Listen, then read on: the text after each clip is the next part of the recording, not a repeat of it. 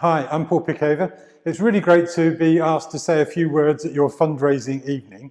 The first thing I want to say is thank you, a huge thank you for the incredible support that you've given as a residents group for the work of Kingston Foodbank, but also the food-related projects that we've been supporting over these last few months here in Kingston.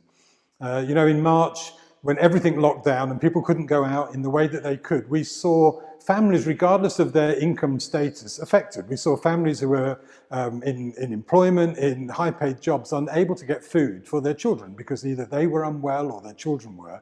And we saw other people who'd lost jobs and were struggling to get food. And it didn't really matter where you were at, you just needed help. And what we saw in Kingston was a whole community coming together. They were fundraising, they were giving food, they were giving their time, and we began packing up emergency boxes. And so we've seen over that period of time from March until the end of July, 5,000 boxes packed and delivered to homes who otherwise may not have had that food. We've seen 100 people every week get help through Kingston Foodbank. Through another project that we were involved in, we've seen 25,000 meals cooked and frozen and delivered to people. We've seen 10,000 items of baby equipment and food delivered to families here in Kingston through the generosity of people, and you've played a really big part in that, and I want to say thank you.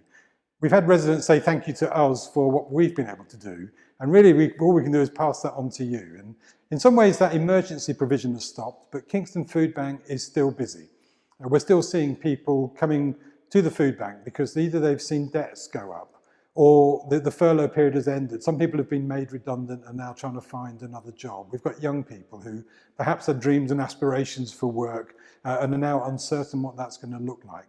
And so we're still as busy as ever. We're giving food, but more importantly, we're looking at advocacy. We're recognising that the lack of food isn't the crisis, that's a symptom.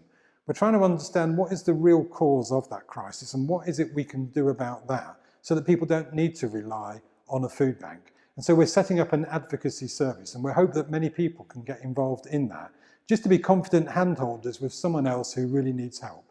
And as we look towards Christmas, we're running again our Christmas hamper project, Christmas Lunch on Jesus, which as churches across this part of South London, we've been doing for about 8 years. Last year we saw 700 hampers packed and delivered to families.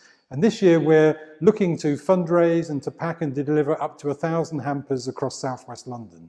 And so there's a website you can look at, there's an opportunity to get involved in that. Would you like to buy a hamper for another family who might struggle this year? Would you like to give some time to pack hampers? Would you like to give some time to deliver hampers? I want to thank you for the generosity that you have shown as a group, that you are continuing to show. I hope you have a great evening tonight as you're celebrating, having some fun in your homes and together. But thank you so much for the incredible support and help you have given.